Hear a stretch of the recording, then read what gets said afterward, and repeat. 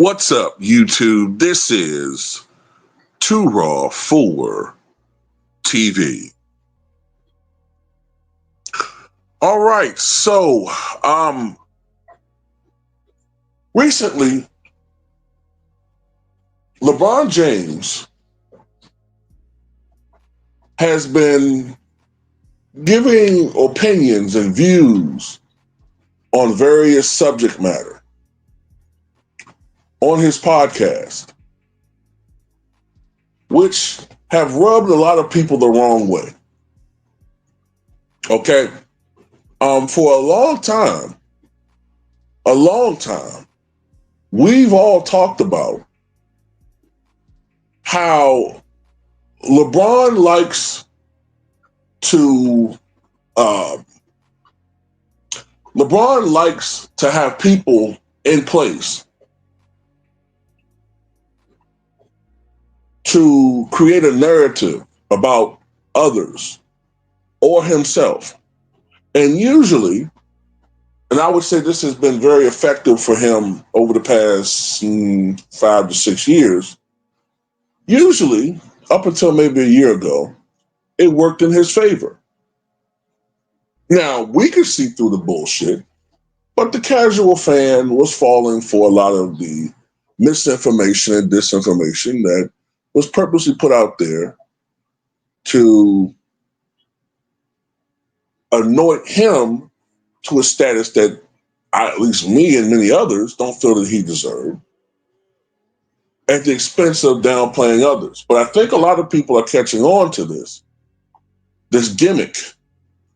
People are now paying more attention to what LeBron James is saying because he made a critical mistake, I believe, out of emotion.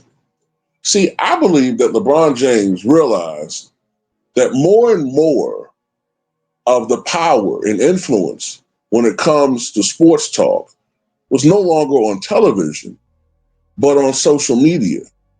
See, he had all of the individuals in place that he needed to influence the talk over there. This 95% pro LeBron or pro clutch, I think I should say, right? But just our teeny tiny voices were enough to make this narcissist with the fragile ego, those are the worst kind,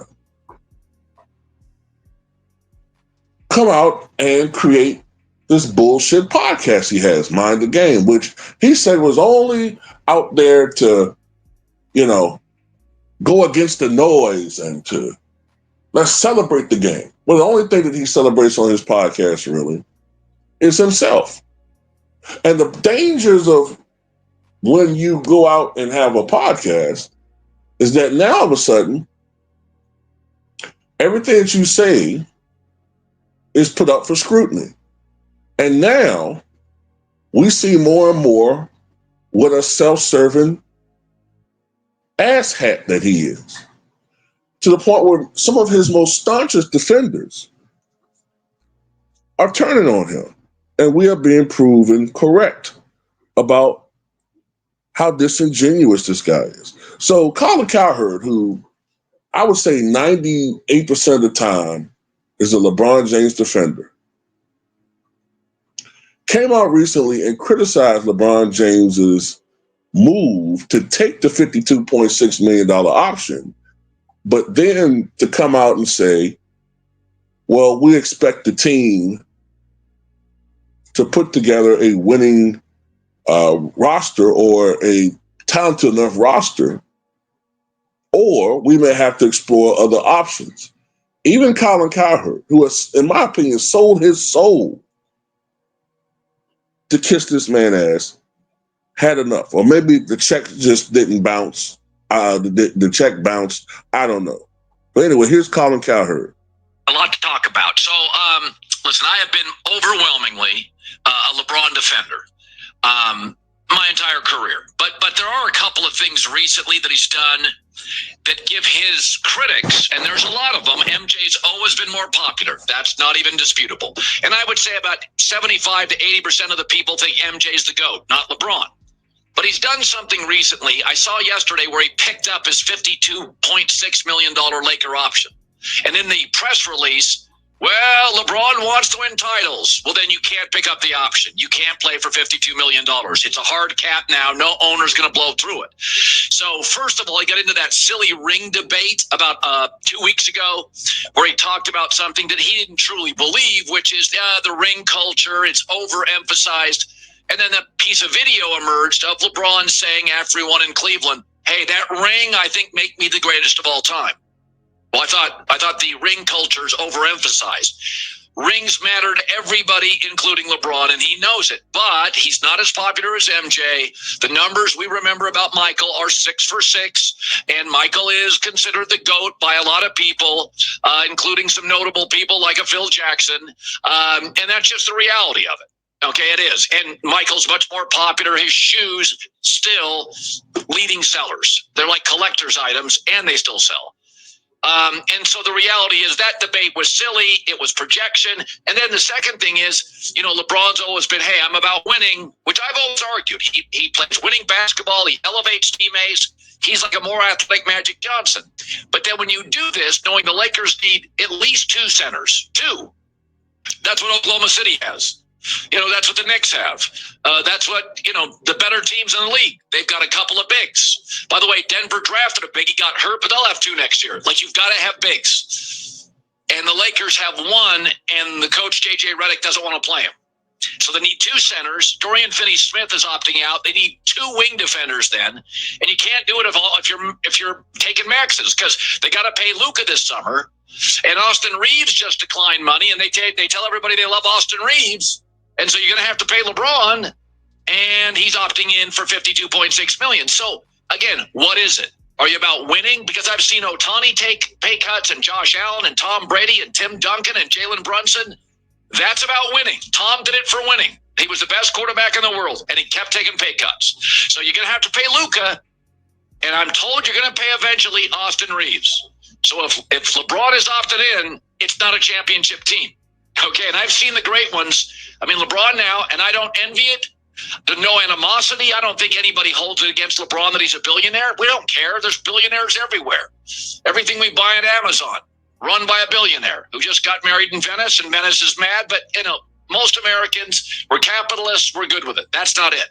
But when you're telling me ring culture doesn't matter, and you're telling me winning, it's all about winning. No, it's not.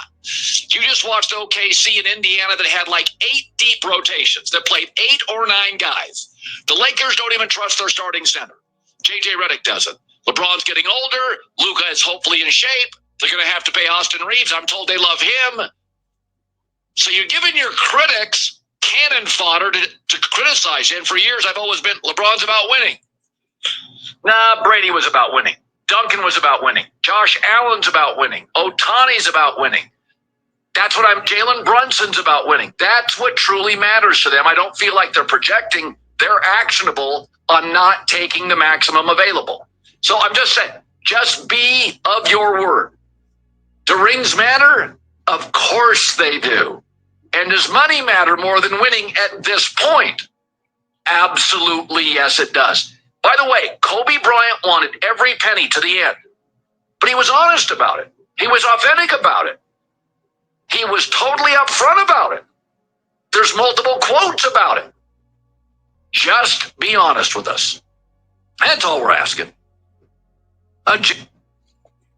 Yeah, you hear him get going in on LeBron James right there, And, look, another guy that didn't take the money at the end and took a pay cut was Dirk Nowitzki. You just can't talk out of both sides of your mouth. And that's the thing that this guy does. He's so disingenuous.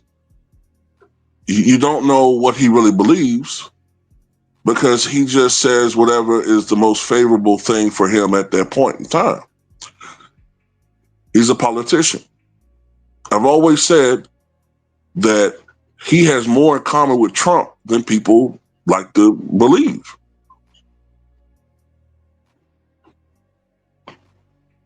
One minute, you're excoriating ring culture, which really was an indirect criticism of Michael Jordan and Kobe Bean Bryant, since one of the reasons why people feel like that you're not the GOAT is because you have fewer championships than they do. But then you say that you want the Lakers to field a team sufficient to win a championship. But then you take the $52.6 million option, which hurts the Lakers and pretty much prevented them from doing anything so far in free agency. But you knew that. You knew that. So I don't know whether or not he's going to force a trade. He could. I mean, at this point, I don't put anything past LeBron James. But what I think is more likely is that he put it out there to posture. By that I mean,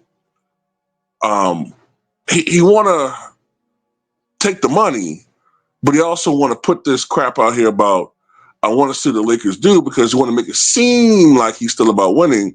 But although it makes him like a hypocrite because of what he just said about ring culture. To me, LeBron James, yeah, he wants to win, but he's more individualistic. He's more about stats and numbers. I think he sees that as the prerequisite to being the GOAT. It's about your numbers. It's about stats and what you individually accomplished. And I've said before, well, is that the case? Well, then why is Wilt Chamberlain not the GOAT? Why is Kareem Abdul-Jabbar then not the GOAT? When you look at high school and college as well as pro. Then when you include Wilt, then they'll say, well, what about the NBA Finals? So you see how we go through this merry-go-round. You know, it's sad, man. It's sad. And I have nothing against him being a billionaire. I'm all for the capitalistic system as well. I don't have an issue with people making money. But at the same time, you can't have your cake and eat it too. That's all we're saying. You can't have your cake and eat it too. And also, I think I'm going to do another video that I saw what Ticket's talking about. I think I'm going to talk about that too. I find it interesting that he puts out this so-called ultimatum to the Lakers, and so far they've done nothing. And I think that they're fed up with this clown too. They're fed up with him. And I just wish that somebody in the media would just voice the truth about how real Laker fans are feeling right now. They want this guy out of here, man. Because he's holding the team hostage at this point. Literally. He's holding the team hostage from moving on. But anyway, tell me what you guys think.